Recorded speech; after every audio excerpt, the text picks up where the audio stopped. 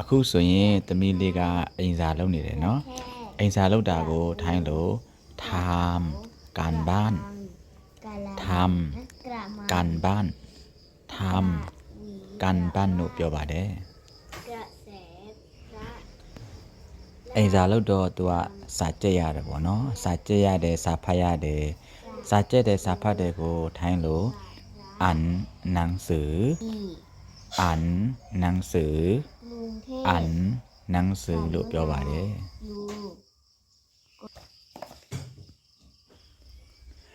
သူလှုပ်တဲ့အင်စာတွေကိုကျွန်တော်ကိုစစ်ခိုင်းပါတယ်စစ်တာကိုထိုင်းလို့ตรวจตรวจมีคำ ตรวจလို့ပြောပါတယ် ได้เหรอ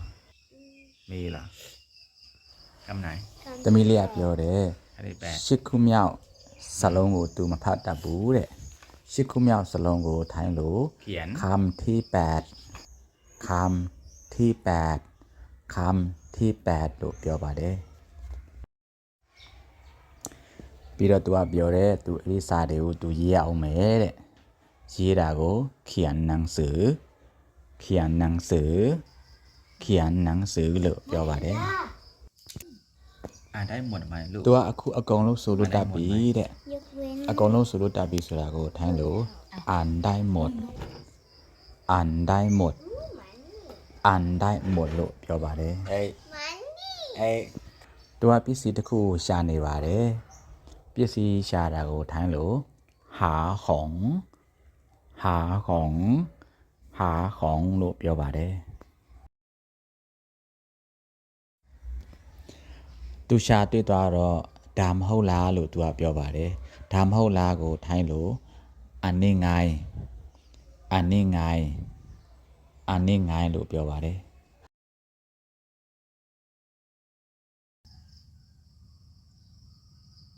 เน่ သမီးအဲ့ဒါဘယ်လိုခေါ်လဲ ลิควิด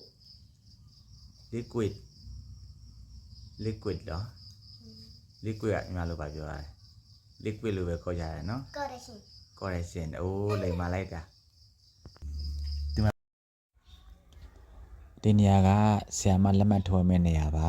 လက်မှတ်ထိုးတာကိုထိုင်းလို့လုံชื่อလုံชื่อလုံชื่อလို့ပြောပါတယ်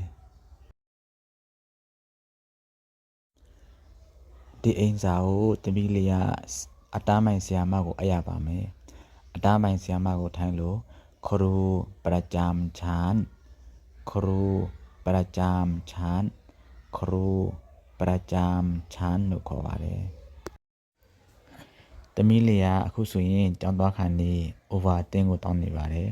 Ovaltine ကိုထိုင်းလို့ O110 O110 O110 လို့ပြောပါတယ်ဒီနေ့တလောက်ပဲเนาะအားလုံးစုကျေးဇူးတင်ပါတယ်ขอบคุณครับ